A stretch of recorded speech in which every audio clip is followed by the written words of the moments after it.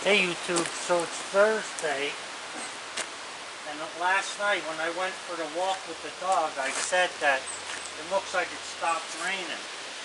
Right after I got home last night, it poured and poured and poured. Knocked trees down and all kinds of stuff. I don't know where it came from. But anyway, today I'm trying to get this done. This is this Wolmanizing treatment. And I found out that if you roll it good and roll it in and don't leave any excess on the board while you're rolling it, you end up with a nice layer of that on there and it doesn't puddle. Now naturally there's going to be some experts out there who might know how to do it better than me. Make a video so we know. But anyway, this stuff, I'm beginning to like this. I really am.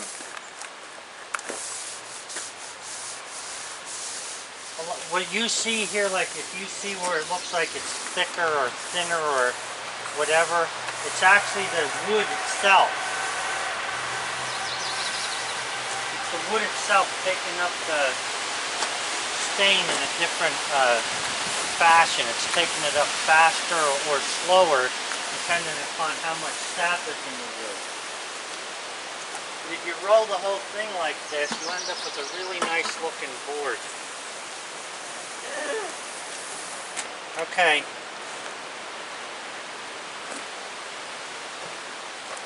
So then I turn it on its edge and try to stay away a little bit from that edge that I just painted, but it's not real critical. I mean, you can flop the edge back down. One roller full of this stuff seems to be able to do just about a whole edge of 2-inch boards. Well, we got a lot of wind today. I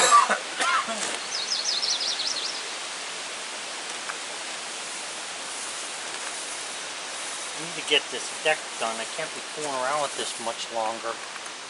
So I decided, like you can see, that I'm going to put the 2-inch boards down. So that edge is done. And now if you go back on this edge and just roll it, this stuff tends to foam up from the air from the hair in the roller, the nap in the roller. And if I was you, I'd use a heavy nap roller. This was sort of heavy, but it didn't take much for it to mat down.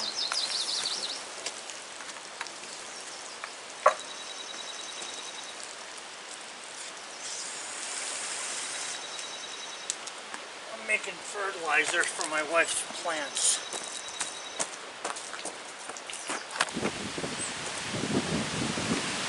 Okay, so yeah, after you roll it out nice, and that looks good on there. I mean, you know, not looking at the color, but looking at how it penetrated the wood. Where the knots are, it's a little darker, but no different than any other treated wood. After I paint one, I move them over to the other workbench so I have room here to keep painting these, or treating them, I should say. And then I'm going to go over there and do the same thing with the other coat. You know, it doesn't look like it's covering at times, but believe me, you let it go for a couple minutes and it really turns green. It's covering very good.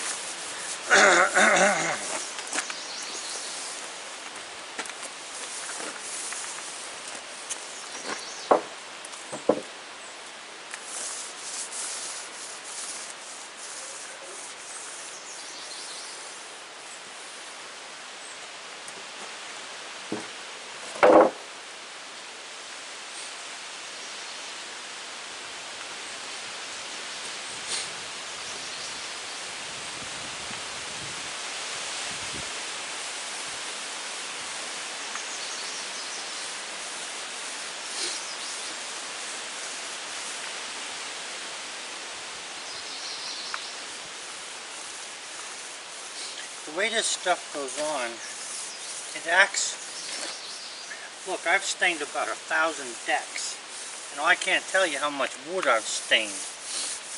But this stuff goes on differently than any other stuff I've ever seen in my life. Goes on very, very light. It almost looks like you're putting water on the wood.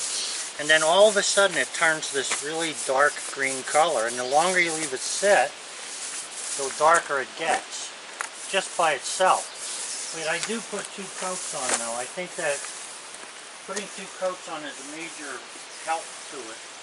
You might want to consider the fact that you know, you're not pressure treating, all you're doing is surface treating. But hey, if this stuff works like I've been reading that it works, it should be in good shape.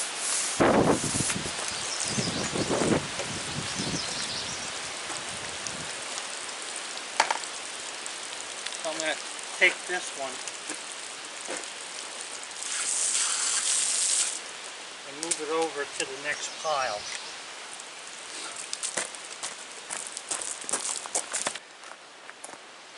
One of the things I will say is I made a video the other day about putting this stuff on. Look how nice that board is. I made a video about putting this stuff on, and when I put it on I was in the direct sun over there. Now I don't know if it tells you not to do it on direct sunlight or not, but if you do it, if you put the stuff on and you're in the shade, what happens is it doesn't evaporate so fast and dry so fast that it won't blend. So you're better off, like today, I moved into the shade. When you're in the shade like this, it blends a lot better. So that's one thing I learned from it.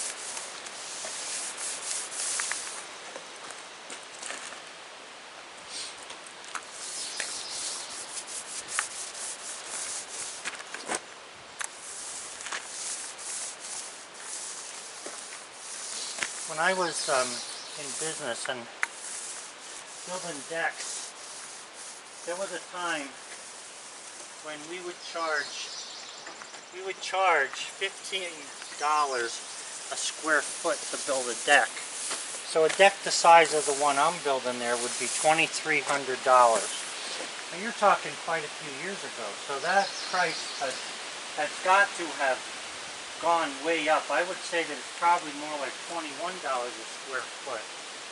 But even with keeping with the $15 a square foot,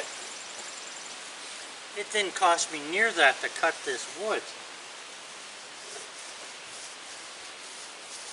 I know that there's a lot of guys out there who want to know exact numbers about how much it costs, and I'm putting something together for you guys to really get a good picture as to what the true numbers actually are.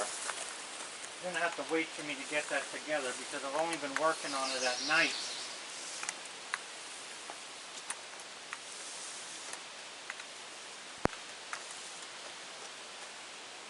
So yeah, being in the shade and also rolling it out really good gives you a good finish. It doesn't have any of that blotchy looking stuff on it.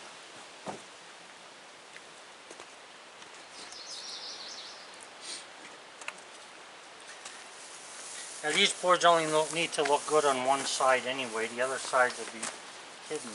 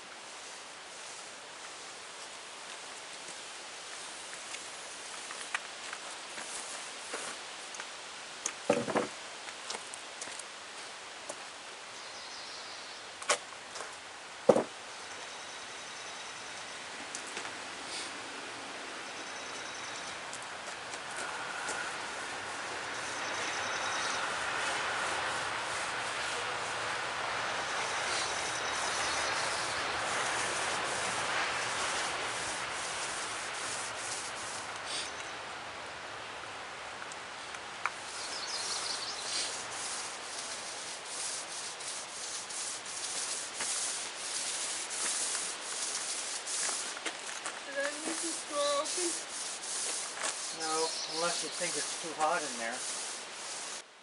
I don't know if I said it before, the battery had gone dead, but I'm putting the first coat on over here because I have room, and then I'm moving them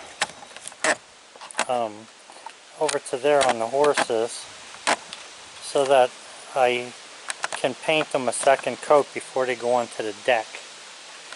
I'll tell you what, I gotta say, these boards are pretty gosh darn nice. Look at this one board here, and this is the bad side, I guess. There's just about a 1-inch knot, 1.5-inch knot, a little bit, a tiny bit of wane. Look at that thing. There's a couple little pin knots here, but man, that's some nice looking wood. I haven't seen anything yet that I can't use. Maybe one side is bad, but you can use the other side. Coming out really good. I usually talk about my grandfather and my dad. And my grandfather is my father's dad. That's who I usually talk about. But I don't think I've ever said that my other grandfather, just like everyone else in our family, was also a contractor, but he wasn't a building contractor. What he was a painting contractor. My great-grandfather started the business and he carried it on for another 50 years after my great-grandfather had died. He actually got killed painting at an electric transformer station. Back in those days, grounding stuff wasn't as, I guess, well known as it is now, and he was painting a fence. My great-grandfather now I'm talking about, and my grandfather was with him actually. That's how the story goes. And he was electrocuted when he was painting a fence. Not a good way to go, I suppose.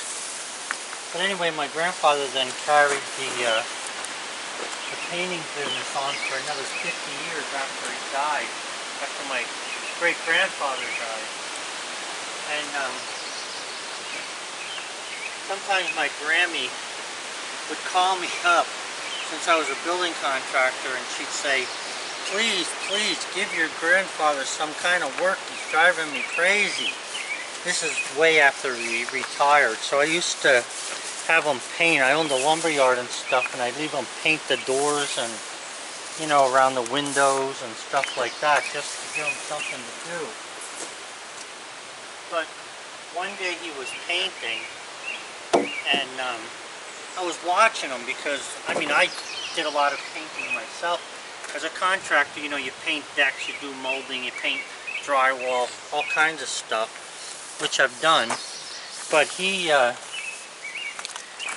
was painting, and when I turn this board flat, I'll show you what he taught me. But you know, things, years ago it was funny. Today, you can't tell what somebody does by the clothes they wear, unless they have a McDonald's logo on it. But my grandfather, the era that he came from, they would all wear white clothing if they were painters. White painter's pants, a white shirt, and a white hat for painting. Of course, you don't need to be told that nowadays everybody wears jeans and a t-shirt. But anyway, I'll show you real quick what he taught me. So when you start to paint, okay, what he said was, you always paint from dry to wet. And what I noticed about that is when you're painting, like say from dry to wet, you actually are getting rid and blending in the paint that you put on previously before it dries. And you have the thickness of the paint is the same all the way across, as opposed to starting where you're wet and dragging the paint out to the dry part of the board.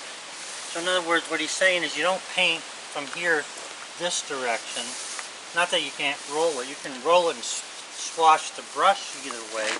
But what he said was that you would start like here and apply paint and bring it back. And what I started doing that here because I had forgotten what he said. And I noticed, like, you see where the end is there? Watch how nice this blends in when you bring the paint back to it. Like you can see there's a mark there where I ended the last paint.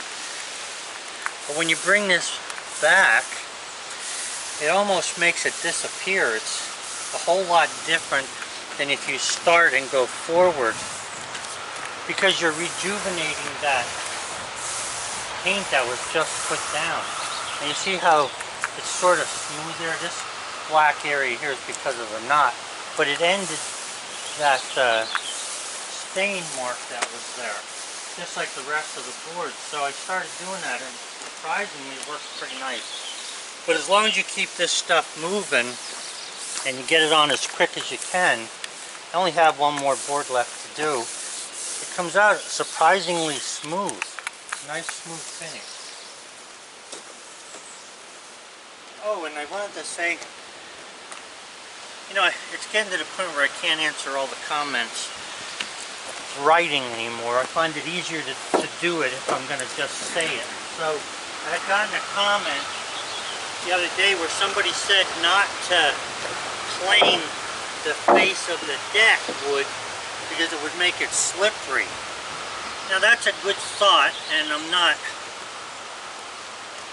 too sure that he's right or wrong, but I will say this: you do realize that treated wood is all planed. I mean, it's not like, you can't buy rough cut treated wood unless you're buying it from a sawyer. When you go to the store, Lowe's or Home Depot, all treated wood is already planed. It's planed actually before they treat it. So I think maybe you might have spoke a little too soon there, my friend. It's not to say though that rough cut wouldn't be more grippy than planed wood. I'm not disagreeing with you that it could be slipperier. I'm just saying that, you know, over the years, all the decks we built on houses, the wood was already planed. So I don't think I answered that comment, but I'm answering it now.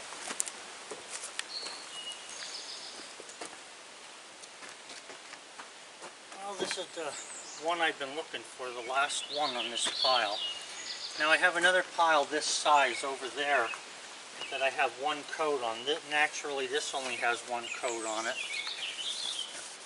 You know, when you put this stuff on, it's just amazing. It looks like you don't really have any on there, and then all of a sudden the whole thing turns green, and then you know you have it on there.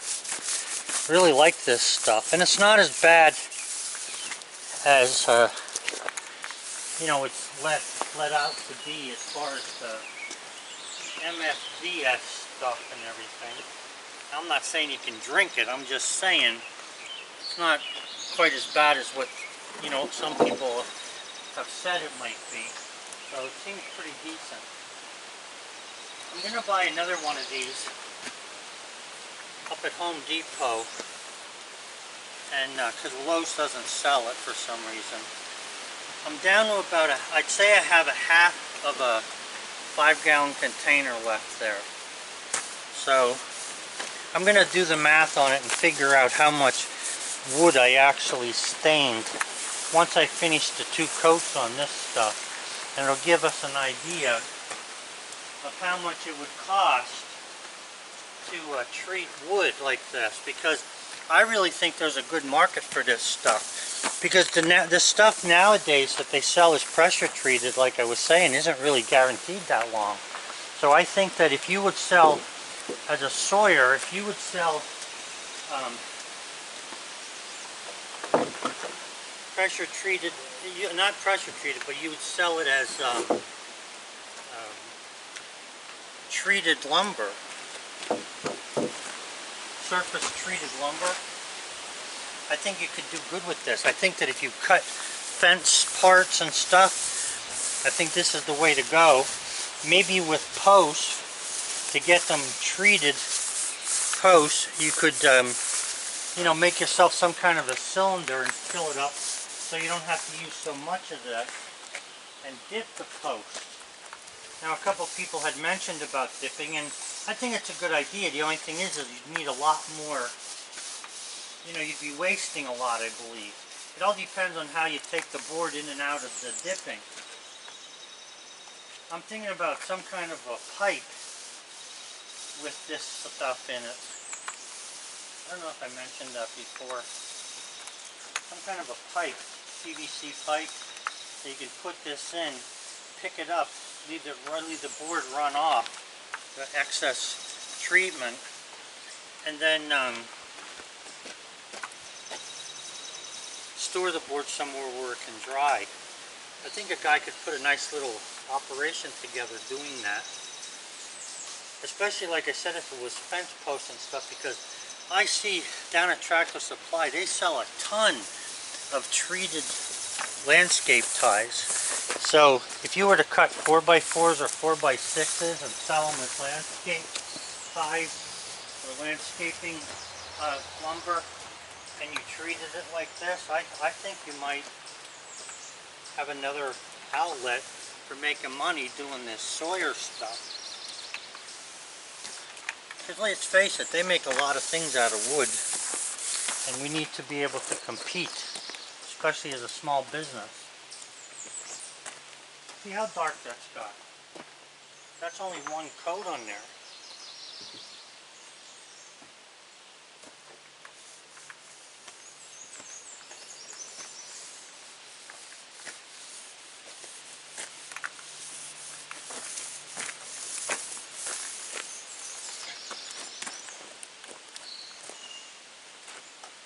So I'm going to move over there, and I'm going to start to treat those other boards that are over there, over on that side. Not a lot going on today. I had a go see my doctor this morning, listen to him carry on. But anyway, yeah, I like this stuff.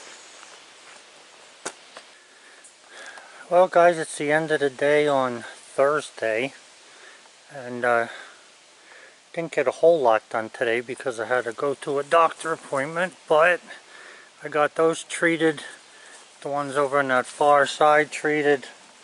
I'm just laying boards around, but that should give me enough to do the deck floor, and then I can decide how I want to make the railing. I think, like I said before, I'm going to put a bench across there and here, type railing, and then in here I'm just going to put one big flower box for my wife. So we're getting there. The biggest thing, I could have already had this deck nailed down if I wasn't treating the wood myself, but hey, it saved me money to do it.